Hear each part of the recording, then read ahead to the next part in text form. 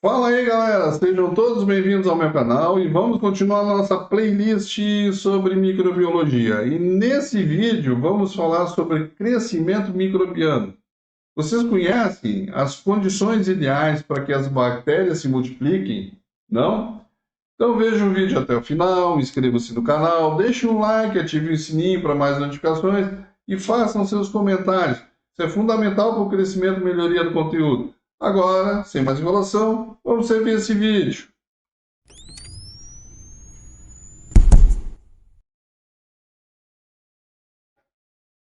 Os fatores necessários para o crescimento microbiano podem ser divididos em duas categorias principais: os físicos e os químicos.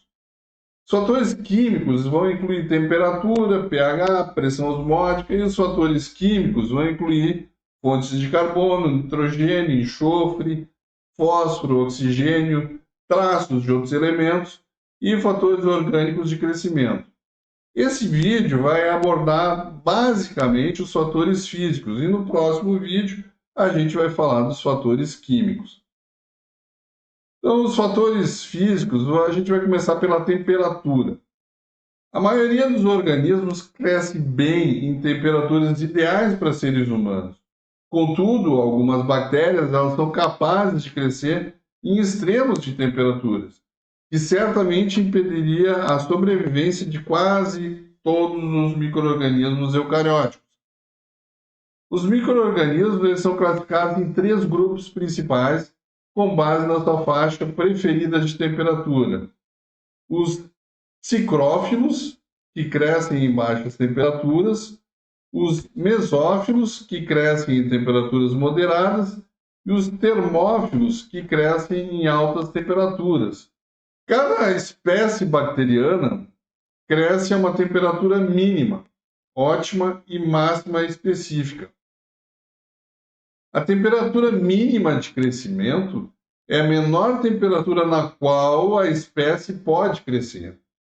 A temperatura ótima de crescimento é a temperatura na qual a espécie cresce melhor. E a temperatura máxima de crescimento é a temperatura que ainda é tolerável para um crescimento possível. Então, vamos ver os psicrófilos. Por exemplo, foram inicialmente considerados micro-organismos capazes de crescer a 0 graus. Contudo, existem dois grupos diferentes capazes de crescer nessa temperatura. Um grupo composto somente por psicrófilos, que pode crescer de 0 graus, mas tem uma temperatura ótima de crescimento que pode chegar perto dos 15 graus. E a maioria desses micro-organismos é tão sensível à temperatura mais alta que não pode crescer mesmo em uma temperatura ambiente razoável, que é os 25 graus. Eles são encontrados essencialmente nas profundezas de oceanos ou em certas regiões polares, e esses micro-organismos normalmente não causam problema em preservação de alimentos.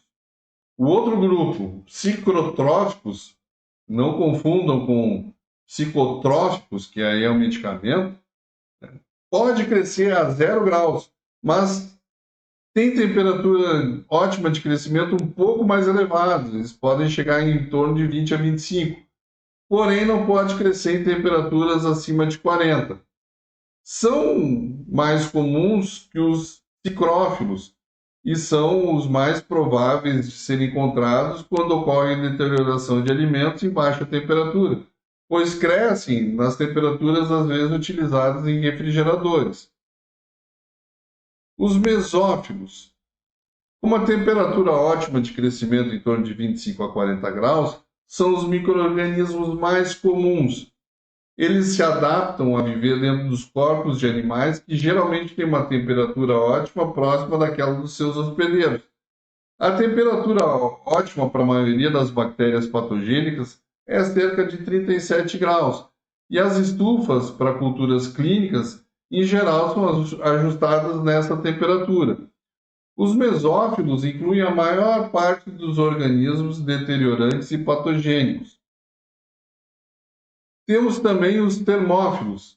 São micro-organismos capazes de crescer em temperaturas mais elevadas. Muitos desses organismos têm uma temperatura ótima de crescimento em torno de 50 a 60 graus. Mesma temperatura que a água pode sair da torneira, de água quente. E essas temperaturas também podem ser encontradas no solo quando exposto ao sol e em águas termais. De maneira extraordinária, muitos termófilos não podem crescer em temperaturas abaixo de 45 graus. Os endofilosporos, formados por bactérias termófilas, são anormalmente resistentes à temperatura e podem sobreviver ao tratamento térmico aplicado aos alimentos enlatados. Embora temperaturas elevadas de estocagem possam causar a germinação e o crescimento desses endosporos, levando à deterioração de alimentos, essas bactérias termófilas não são consideradas um problema de saúde pública. Os termófilos são importantes em compostos orgânicos acumulados, no quais a temperatura pode subir rapidamente em torno de 50 a 60 graus. Alguns micro-organismos membros das arquibactérias têm uma temperatura ótima de crescimento próximo a 80 graus. Esses organismos são chamados de hipertermófilos, ou algumas vezes de termófilos extremos. A maioria desses organismos vive em fontes de água quente associadas à atividade vulcânica. O enxofre normalmente tem um papel importante na atividade metabólica desses micro-organismos. Outro fator físico é o pH. O pH se refere à acidez ou à alcalinidade de uma solução. A maioria das bactérias cresce melhor em uma faixa estreita de pH, ou perto da neutralidade, entre 6,5 e 7,5. Poucas bactérias crescem em um pH ácido abaixo de 4. Essa é a razão pelas quais muitos alimentos, como o chucrute, picles, queijos, são protegidos da deterioração pelos ácidos produzidos pela fermentação bacteriana. No entanto, algumas bactérias, chamadas acidófilas, elas vão ser resistentes à acidez. Os fungos e leveduras crescem em uma faixa maior de pH do que as bactérias, mas o pH ótimo dos fungos e das leveduras geralmente é menor do que o bacteriano, que é um pH em torno de 5 e 6. A alcalinidade também inibe o crescimento bacteriano. Quando as bactérias são cultivadas no laboratório, elas com frequência produzem alguns ácidos e algumas vezes interferem até com o próprio crescimento. E para neutralizar os ácidos e manter um pH apropriado, tampões químicos são incluídos no meio de cultura. As peptonas e aminoácidos atuam como tampões em alguns meios e muitos meios também contêm alguns sais de fosfato. Esses têm a vantagem de exibir o seu efeito de tampão na faixa do pH de crescimento na maioria das bactérias. Eles também não são tóxicos, de fato, e também fornecem fósforo, que é um nutriente essencial. A pressão osmótica. Os micro-organismos obtêm a maior parte dos seus nutrientes da água presente no seu meio. Portanto, eles requerem água para o crescimento, sendo que a composição deles normalmente é em torno de 80 a 90% de água. Se a pressão osmótica é anormalmente baixa, o ambiente é hipotônico, tal como a água destilada, por exemplo. A água tende a entrar na célula em vez de sair. Alguns micro-organismos que têm uma parede celular relativamente frágil podem ser lisados com esse tratamento. Quando uma célula microbiana está numa solução cuja concentração de solutos é mais elevada do que a solução da célula, o ambiente é hipertônico e a água atravessa a membrana celular para o meio com a concentração mais elevada de soluto. Essa perda osmótica de água causa uma plasmólise ou encolhimento do citoplasma celular. Alguns micro-organismos são chamados de halófilos extremos e são adaptados à concentração elevada de sais e acabam de fato requerendo sua presença para que ocorra o crescimento. Nesse caso, eles podem ser denominados de halófilos obrigatórios. Os organismos de muitas águas salinas, como o do Mar Morto, requerem frequentemente cerca de 30% de sal. E a alça de inoculação, que vai ser o equipamento que a gente vai utilizar no laboratório para manipular as bactérias, utilizadas então para transferências, deve ser mergulhada em uma solução saturada de sal.